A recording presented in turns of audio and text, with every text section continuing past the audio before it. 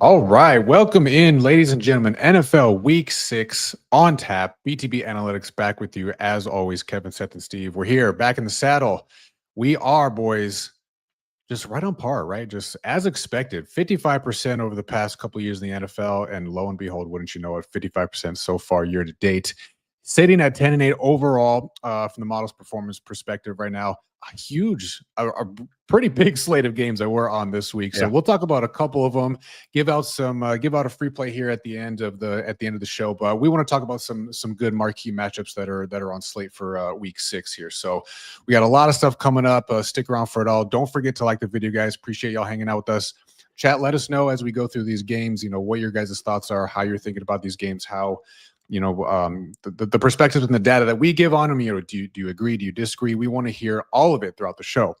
So let's get going, boys. We got a few matchups to talk about here. Let's start it off with the interdivisional or interconference matchup. Seahawks going against the Jaguars.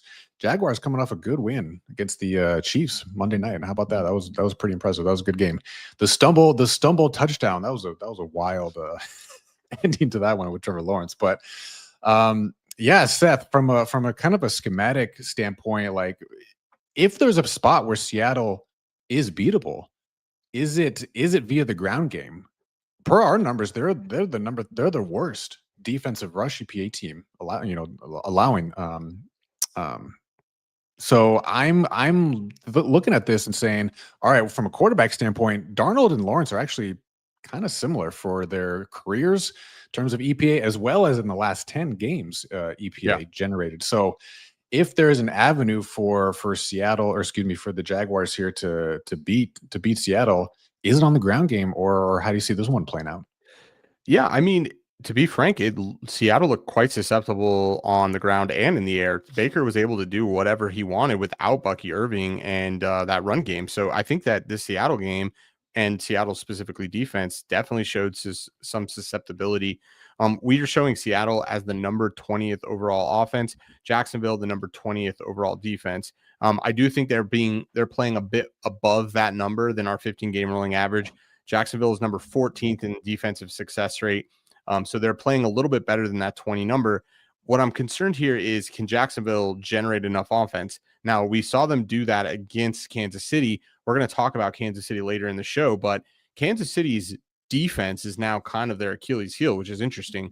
This team is a bit of an enigma. So I'm not exactly sure if Jacksonville is going to be able to have the same success against what is likely to be a better Seattle defense. Now, that being said, again, Tampa Bay did whatever they wanted to in that game, and it was quite literally a shootout until the last drive, which was almost an overtime game. So I'm not exactly sure here. Our model doesn't show any value. We make it a pick 'em. The market's basically at a pick 'em at 1 and -1 respectively.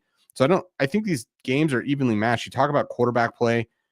Trevor Lawrence is just ever so slightly a little bit better than Darnold in the last 10 games.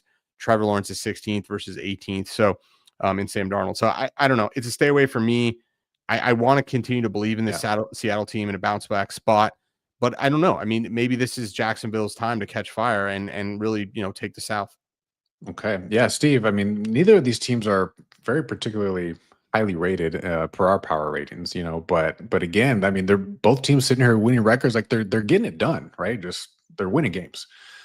So yeah, I mean, based on again what our numbers are showing, or based on what Seth mentioned there too, is this one where it's a pick 'em basically out there in the market, but where is the advantage here for either one of these teams? Yeah, I mean, there's definitely going to be something here, and sleep on them if you want to. I mean, these are two teams that are really good. I mean, you talk about this sort of, Seahawks from their standpoint, 4-1. Jacksonville, had that win over the Chiefs. So I sleep on them if you want to, right? But you talk about Sam Darnold. I mean, he's had a career resurgence. We thought, at least I thought, that his time in Minnesota maybe was a fluke, but he's still doing it. 4 straight games with over 110 passer rating. He had 341 yards and 4 TDs against Tampa. I mean, dude looks good. What more do you want him to do? And then you look at their receiving core. Obviously, the big news was coming into this year was them getting Cooper Kupp and what can Jackson Smith and Jigba do. But they've got contributions from Torrey Horton and AJ Barner. And so on the offensive side, they're definitely clicking. I understand the sort of the EPA metrics don't show in our database them being world beaters by any means, but that's a very competent and capable offense. For me, the defense is going to be the concern here. Again, we saw Baker slash them up to the tune of 370 yards and 134 passer rating, and they got injuries, right? I mean, their secondary is absolutely depleted. Devin Witherspoon, Julian Sayin, Reek Woolen, those guys are all on either out or questionable to play. Then their linebacker depth is going to really be tested this game with Derek Hall and DeMarcus Lawrence out. And so for me, if I'm Jacksonville, that's kind of where I'm looking at. Yeah, Trevor Lawrence looked absolutely great, besides stumbling and falling, still getting into the end zone. Yeah. But for me, it's can they get Travis Etienne going? Number one in the league in yards per carry. And for me, that's going to be the weakness here, trying to exploit Seahawks run defense, especially with the injuries there. And so can they exploit that game plan matchup? Can they give Travis Etienne going to make Trevor Lawrence's life a little bit easier? And if they do, I see a pathway for victory for Jacksonville. But yeah, I'm with you. It should be a great game, kind of a classic grab your popcorn. I don't have a sign on it, but I can definitely see a way for Jacksonville to continue their hot streak. Yeah, and to that point, like the market hasn't done really anything with this one. It basically opened at -1 where it's at now in favor of Jacksonville. So I think we're in line with the market in the sense that we're not seeing any value, right? It is, and on the total, but 47.5, market's at 47. Like, kind of just like the market got this one right. Yeah, I mean, the Degens. I mean, what's the real Trevor Lawrence? Just isn't him, or is it Sam Darnold's overhyped? Like Sam Darnold did throw that pick. They were going to win that game. They were going to kick a field goal and win that game. Now, it's hard to fully blame Sam Darnold because it was kind of off the helmet, but I mean, he was the one that threw that interception. Yeah. I don't know. What's the narrative-based play here? I was just going to bring something up, and I don't know if you've had a chance to do a good enough deep dive on it, and particularly props aren't open yet in the market, but Seattle, per our offensive game plan variance, they are the number one team in terms of that variance. So their game to game, rush rate over expected changes more so than any other team in the league.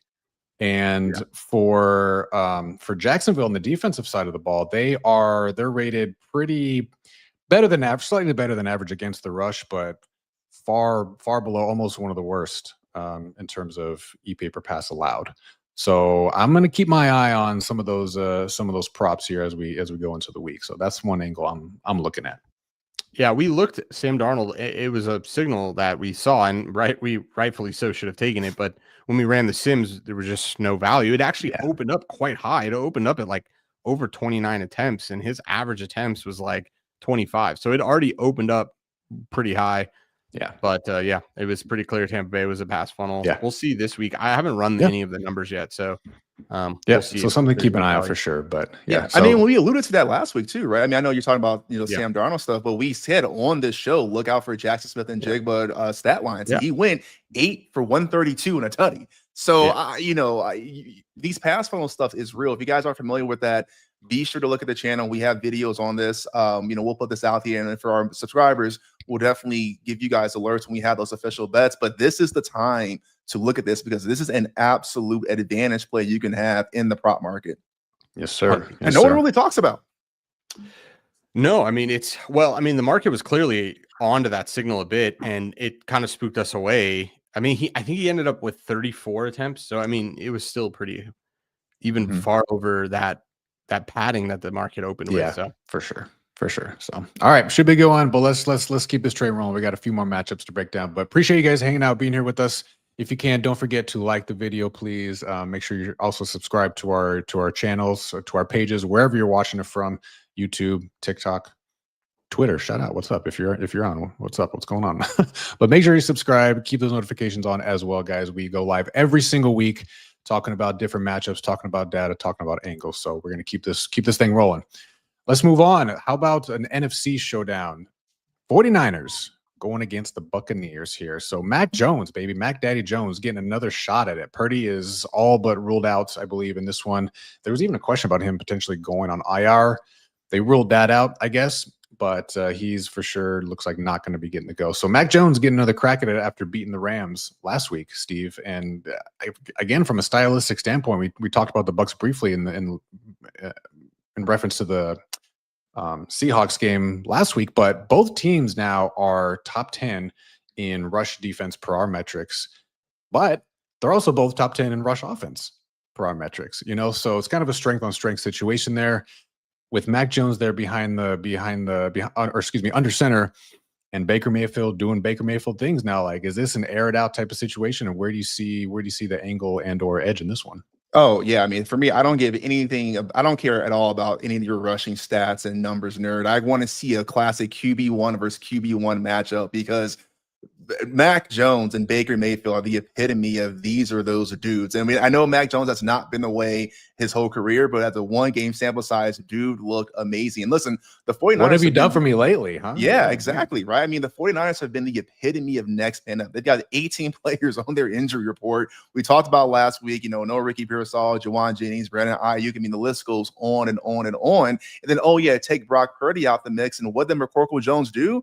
Ball the hell out. 33 for 49, 342 yards, 2 tutties. I mean, dude looked like he wasn't going to have a knee to walk on at some point in that game. He got that game. He gritted it through. I mean, he earned a lot of fans there. But speaking of which, that's one thing I am keeping my eye on here. If you want to be a little bit of a gambler, we don't make this we'll talk about for our members what we have the actual number here. But if you want to kind of get an information play in, Mac Jones was limited at practice today. Reports that he injured his PCL. So we'll see what he looks like going into this game. But if he can't go for whatever reason, now you're looking at Adrian Martinez playing this game. And I got to really love my chances if I'm a Bucks fan, especially at a -3 price. But yeah, I mean, going back to this, Kev, the angle I see here is going to be, they have the balanced approach. But I mean, Baker Mayfield in the 4th quarter, this dude has been otherworldly here. I mean, he has 4 game-winning drives out of 5 games that they played, and he could have had a 5th one against the Eagles, the one that they lost there. So he's leading the league. I mean, this dude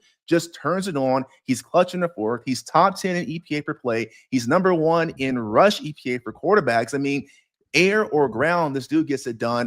We talk about no Mike Evans for the Bucks, but Emeka Egbuka is my vote for rookie of the year. Dude is absolutely tearing it up in the receiver field. And so if you're looking at all these things, I get the 49ers have been playing great. I get their system has been working and that they've been kind of plug and play. But to me, this seems like too much of playing with fire thing.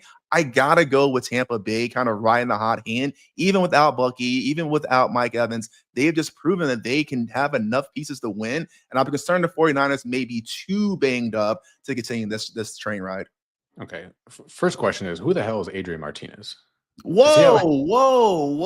Does he have a start in the league? He's from the Wisconsin Badgers, right? All right. Go Badgers, I guess. But does he have a start in the league? We don't know who he is, Steve. Why are you asking us? No, I didn't ask yet, Kev. You said right?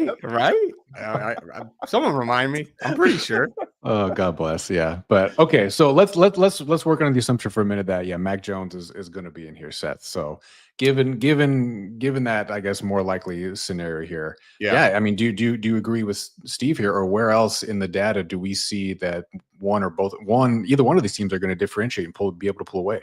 Yeah, I mean, Steve talked about playing with fire, and I come to a very different conclusion. The team that seems to be playing with fire to me is Tampa Bay. You highlighted it. This is a team that's barely won out a bunch of wins here, and they're literally miracle drives where they come together. Now, we've been on some of these sides, which has been nice, but we've been, last week we're on Seattle to some degree, and, this is luck, right? And we've seen luck run out. Tampa Bay is giving up the 14th most Eckel drives on defense. 50% of their opponents' drives get to the 40 or better. So if teams, can at least get field goals, but if they are going to get touchdowns, I just don't know. I feel like Philly was the team that did it the most, which is you just get up enough, you can't come back. And I don't know if McCorkle can do that here, but I do think that Tampa Bay is going to give them drives that he can be successful on. And look, he's shown us that he can win. He's done it against the Saints, which is a good defense. He did it against LA, which is a good defense. So I don't know what's stopping me from believing that Mac Jones can't have success going up against Tampa Bay. Now, Baker clearly is the king right now of the shootout, but it's like one of those things. He's going to get got at some point, and it doesn't seem unfathomable to see a lot of regression. Now, that being said, Tampa Bay is also driving the ball very well. 50% of their drives result in an Eckel getting to the 40 or better. So again, another reason why they're able to, pull off these miracle wins is because they have successful drives. But San Francisco's defense, number 8 in defensive Eckel. So I don't know. Is this the defense that can slow Tampa Bay down? It might be. Yeah. Sorry, no, go ahead, Kev. Yeah, I was just going to add on to that real quick though. In terms of like sustained drives, like what is a more what's more likely to stick, right? The fact that Baker's been slinging the thing and the explosives, et cetera, or the I won't say dink and dunk, but the way in which San Francisco generates quality drives. They're number 4 in the league, prior metrics and offensive success rate. So that means they're moving the chains. They're able to get in these second and third and manageables, and they keep the thing rolling, right? Like that. And Kyle Shanahan's system is again put Brock Purdy back there, McCorkle, whomever the hell you want. Like it seems to be working. Yeah, you put Mac Jones back there, I think you have success. Whoever Adrian Martinez, I agree with Steve. The three all of a sudden becomes a very different bet. But Mac Jones is a starting quarterback. You know, a couple of years ago, we've seen him have really, really great success. We've seen him struggle. It seems like this is a system where he can be what we saw in his rookie year. So I don't know. I mean, it's not like we're buying a true rookie with not a lot of experience. He's won the games he's been put in. A la last Thursday.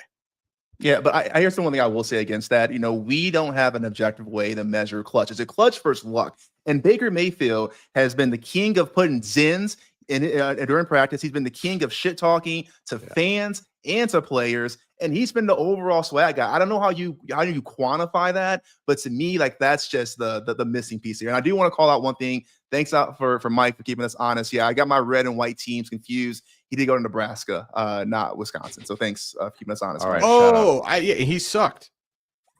Yeah, I remember him in Nebraska. There we go. Shout out. Yeah. All right. Should be He got Frost fired.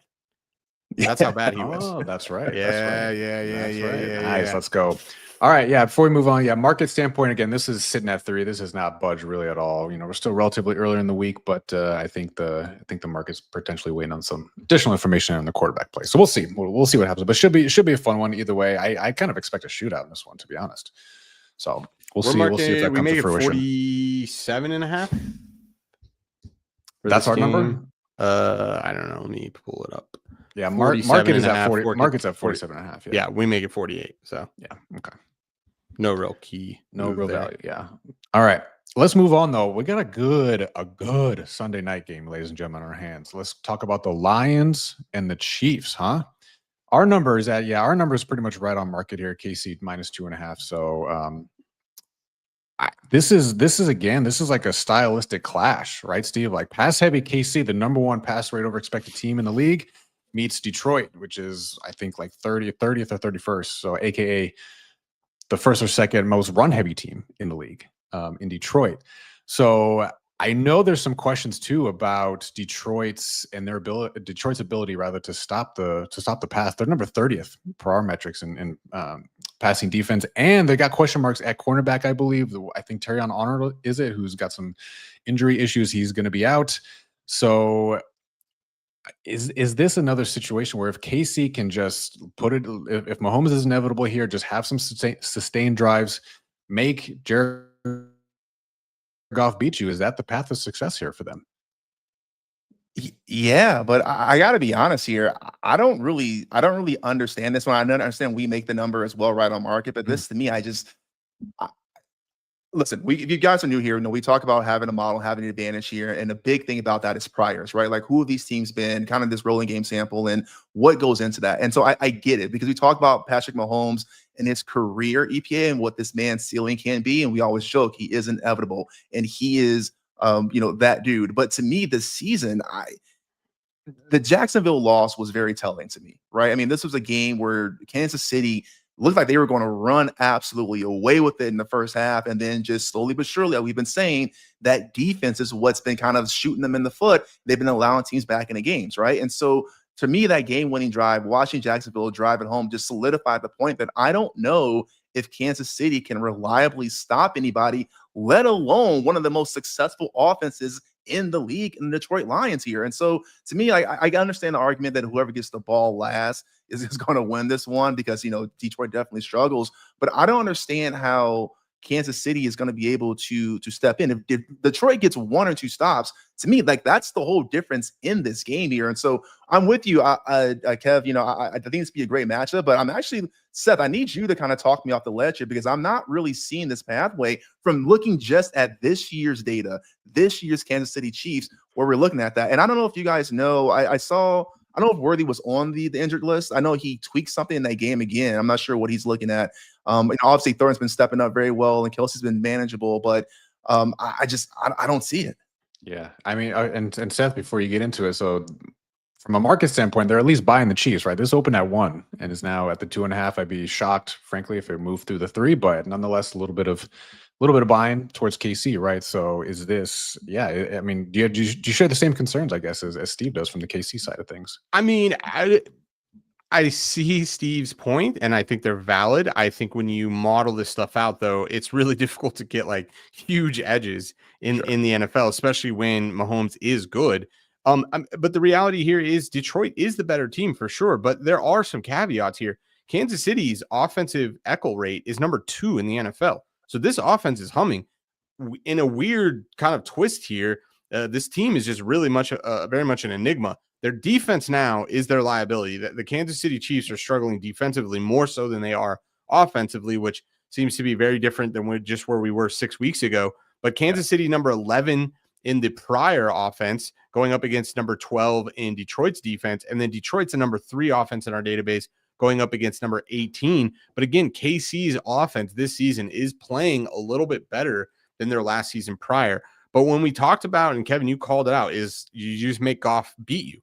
Goff supplanted Mahomes. Goff is now number 4 in our quarterback EPA in the last 10 games. Mahomes is number 6. So I would be, this could be the Goff kind of legacy game here where he could very much win the game.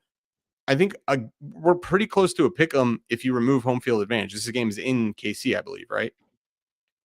That's correct. Pretty strong home field advantage signal there for Kansas City. So you remove that, you say this is a pick 'em. Is it that crazy? And also think about the variance of a two-point game. We're talking 55-45, right? This isn't that crazy. So I hear what Steve's saying. It's not crazy to me, but I don't think it's like some egregious like Detroit wins by 10 or something like this. Sure. I guess for me, it's just more so the idea that Detroit's opening as underdog. And to get to your point, I didn't realize it opened at essentially a pick 'em. So the market buying KC is, I'm never going to claim to be smarter than the market, but this one definitely just kind of stood out to me. But what do I know? But also not at 3. I think that's also very telling. Yeah, exactly. So nibbles on 1, nibbles on 2, no slam dunks at 2.5. That's also pretty telling to me. And I would suspect if you can get a +3, you see a ton of buyback. Yeah, I agree. At 3, it's a whole different. That's a great bet for Detroit. Yeah, it's buying Chiefs a little bit, and it's also buying the points. I mean, this has been bought up 3 or 3.5 points, depending on where you look as far as the over/under goes. So sitting now at 53 median or 52.5 in some spots as well. So shootout potentially incoming in this one. We show that we have a high total in this game. I think we're at 52.5. So we agree with that buy up. I think what did it open at 49? Yeah, 49.5. Yeah. So it'll be good. I mean, that's gonna be a great great nightcap. Kansas City's defense is struggling, and like you said, there's a lot of question marks for Detroit in that secondary, which is ironic because then like it felt like their front 7 had a bunch of injuries last year. Sure. And then now they're just rotating. That's an unfortunate. San Francisco and Detroit have really just been eaten or bitten rather by that injury bug. Yeah, for sure. Makes sense. All right, we got one more matchup to talk about Monday night. But before we do, guys, want to remind everyone we got a free play coming up. We're going to give some value out at the end of this. We're hitting 55% so far in the NFL, which is where we've been at the past 3 years.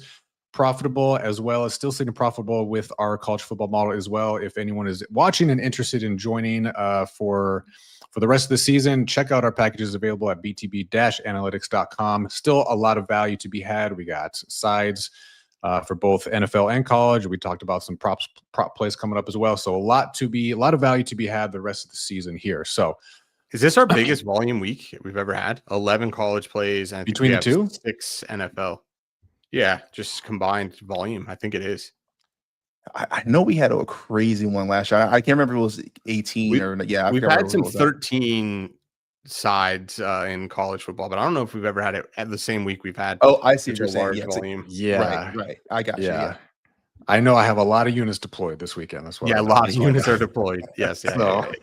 so sweating already, boys. But it's gonna be good. It's gonna be fun. So, all right, let's get to one more matchup here. Then we'll get to some other data and some other free play here. So, Monday night, one of the Monday nights, I guess this is a doubleheader again. So, the Bears versus the Commanders, and this, the infamous Hail Mary game at the Fail end. Mary. Hail Mary. Thank you. Yeah, I mean, from last depends who you're year. asking.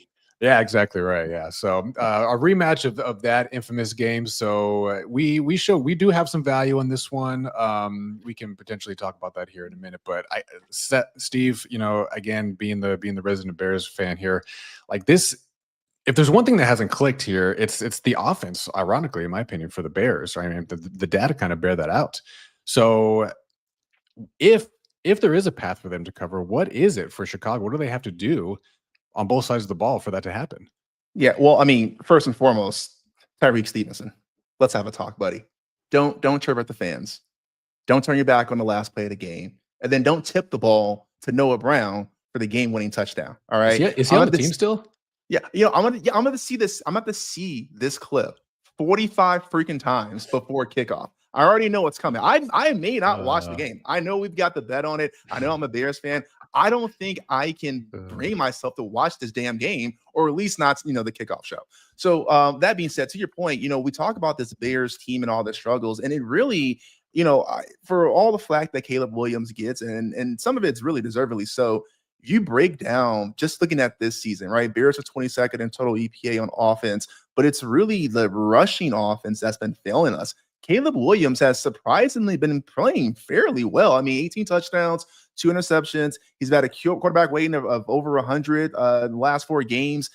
Chicago scored 27 points and 3 of those. Like the offense is doing what it's supposed to be doing. He's taking less sacks. He can still improve on that. I think he's at 7 sacks so far this season, so definitely room to go. But he is progressing, but it's the running game that's not doing us any favors. And so if you're looking at this team here, you got to be able to have this balanced approach, because we rely so heavily on RPOs and play actions. And if there is no threat of the run game, they're going to eat Caleb alive. And on the flip side, I mean, we've seen Jaden Daniels do Jaden Daniels things. He's looking like the better of the first round picks, and he should have gone number 1 overall. And so, we saw that, last week against the Chargers, this team is really, really clicking. I'm excited to see what they can do here. And I say excited only because of the -4.5.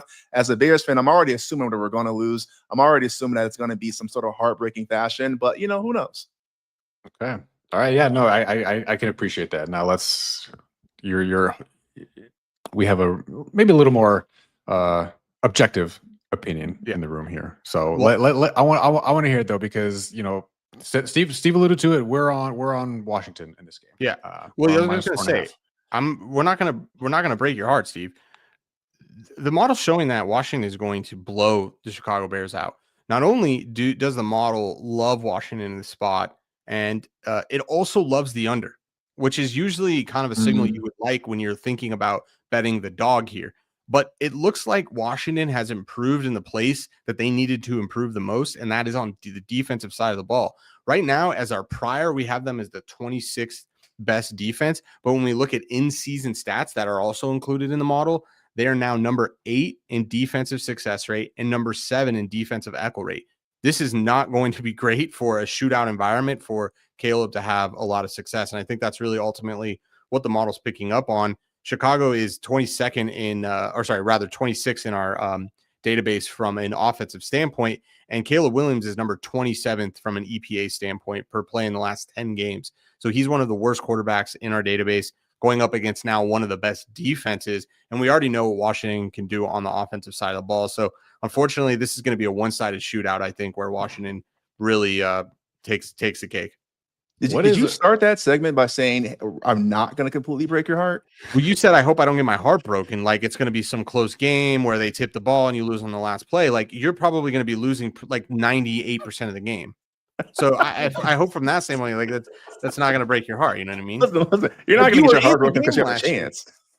Yeah. It'd be like, it's just like, I'm not going to break up with you at the end of the date. Like I'm here. I'm not going to show up. Going to lose. No, I'm going to show up and tell you will lose this game. Washington will cover.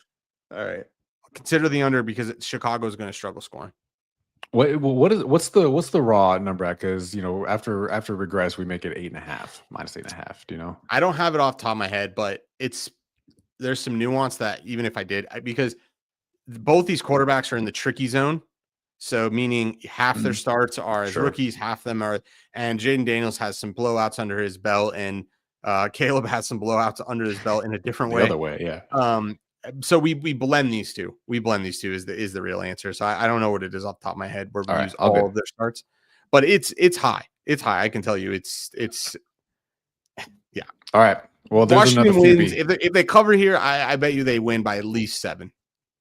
Okay. All right. Well, there's another, I guess, freebie for everyone watching here. That's another play that we're on officially. Washington minus 4.5. Not the free play that we're going to be talking about here in a minute. So, congratulations, Mazel Tov. And there was buyback. Look, we could be completely fools here. There was buy to the 4 and then buy back right to the back to the 4.5. So I think the market is. I think they're going to close with us, but we'll see what ends up happening. Sure. Yep. All right. Sounds good. All right. We got 4 games in the books. Let's talk about before we get to the model play of the week here. Let's talk a little off the numbers. Again, this is kind of a best bet of the week by all 3 of us individually. Going to be tracking it for as long as we can throughout the season. We do have official unit tracking now in the books here. Nice. So we do this for both college and NFL. 2 of us are in the green technically still. I am year to date sitting at, what's my win-loss record is 3-2. Good for 0.72 units in the black, baby. So still winning money there, technically speaking. Seth, you are the leader in the doghouse, in the clubhouse, rather, my friend. You are also you're 3-1-1. That push is saving you so far. So you're good for 0.9 units. So basically a 1 unit win off a minus 110 bet. And then Steve, not far behind, man, but still bringing up the caboose here, 2-3 at minus 1.1 units so far year to date. So we're gonna keep this train rolling. I'll go first here. Give you another play of the week here. So this is another game that we're on as far as value from the whole spread standpoint in the Patriots and the Saints game. But I am going Patriots minus 0.5 first quarter spread. Plus 124 over at DK. What the fuck is this? Yeah, nice we just get to use the model? No. I mean, no. We chat. We got to get a referee in. Yeah, here. This is getting. He's doing. He does 2 bets last week. He's doing.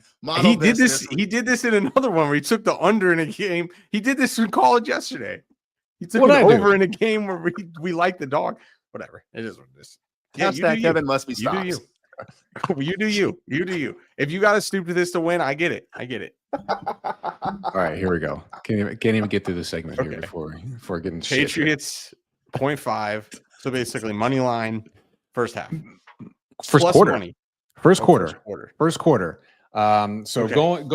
There is no, in my assessment, kind of standardized or agreed upon metric for this. But looking at scripted EPA, that's generally the first 15 offensive plays for each team. So New England, for what it's worth, they are number 8th in the league, and they have a plus 0.6 differential in the first quarter. New Orleans, on the flip, is the worst team in the league in point differential in the first quarter, minus 37 through 5 games so far, which is crazy. And number 23 for what it's worth in scripted EPA. So, I mean, this is New England. The Saints are our worst team, basically. This kind of part of it too. But like, you look at some of the granular data, and New Orleans doesn't know what the hell they're doing coming out the gate. New England does, and I like getting plus money, basically quarter 1 money line. So that's where I'm at. And I don't know what the hell the big deal is. You guys are giving me so much shit. I mean, because you're like, oh, okay, we see an edge. Let's just go look for more edges in that game. Okay. But 6 weeks in, that's the first time I've done that. But you did it back-to-back days. You did it in college. The fact that we were. Do you? All right. You know what? All right. Let's go. Let's just keep this ball rolling. All right, Seth, you're the lead in the clubhouse again, technically in the lead with the units right now. So 3-1-1. Where you at? Okay, so I don't have odds yet, but I will update it. But what I'm going to take, and I'm going to be honing in here, is Tampa Bay pass funnel I'm going to be, Hmm. Cincinnati pass funnel. Wait, I got to make sure. Scratch that. Tampa Bay pass funnel. Whatever the yards I can get from McCorkle. McCorkle's got to start, obviously. I don't want yards. I want attempts. So I'm going to go for over attempts Mac Jones against Tampa Bay. All right, you want to talk about some sick shit here. There's not even odds up for this yet, and you're No, I making will bets. take it at any odds. I will take it at any odds. Whatever market odds are, I will take it. I Okay. will commit to that. Okay. What am I Producer Eric, supposed to do? we need a flag. We need like a flag little animation just to get it ready. And we'll let the chat decide if that's a flag Okay, or fine. not. I'll switch my game if I'm not going to be able to get away with that one. I will take No, See, listen, we're- I'll allow it. Everyone gets Okay. one. Yeah, I want it. I want it. I'll- then. I want We'll allow it. over attempts Mac Jones. Okay. All right. So they're either going to be All right. way behind, they're going to be throwing it, or they're going to be in the game because of the pass funnel. So I think either way, All right. We over will Mac get the Jones. number agreed upon here in short order. So Can I say all right. I will allow it on one condition. If Mac Jones doesn't start, Yeah. then you take the L. Okay. Yeah. Oh, okay. Yeah. Okay. Yeah. Because we're going. Yeah. on- Yeah. That's the risk I got to take. That Okay. seems really dumb on my end. It does, yeah, especially when you're probably going to get minus 110 odds. But that's whatever. If you guys need me to fall back a little bit, that's fine. All I'll right. take the risk. All right. Mac All right, Jones, Mac baby. Jones over In attempts. Mac Jones, We'll- we trust. We'll finalize the numbers after the fact here. So, all right, Steve, what do you got for us? Take us home on this one. Okay, yeah. I'm also doing something that requires a little bit of trust. I'm going to take Super Bowl Gatorade color. You got to trust me. I'm going to make the bet here at plus 2,000 for blue. No, I'm going to take the Lions money line, man. Lions money line Ooh, plus okay. 118 at FanDuel. I can't see it, man. As I understand the numbers, and listen, we talk about putting the DGen hat on, right? Everything we do here is data-driven decisions. We try to give education to the masses. But at some time, you just got to be a dude. You just got to be a fan of the game. And I just don't understand this pathway here for Kansas City. I agree, Seth. I do not think it's going to be a blowout by any means. But to me, it just seems like a team. It's really two teams that just can't stop each other. I'm going to give the edge here to the Lions and that offense, knowing that they have a better offense than Jacksonville. Because really, what you're looking at was Jacksonville beat them in the second half. Kansas City dominated the majority of that first half here, and that's when they got beat. And so, I can't see a pathway forward. So plus 118 Lions money line. Okay, love it. Let's go. That's gonna be fun. That's gonna be a fun game. So maybe that could be a squad ride this weekend. We'll circle back on that one. Yeah. All right, let's go. Off the numbers in the books, matchups in the books. There's only one thing left to do. You know what it is.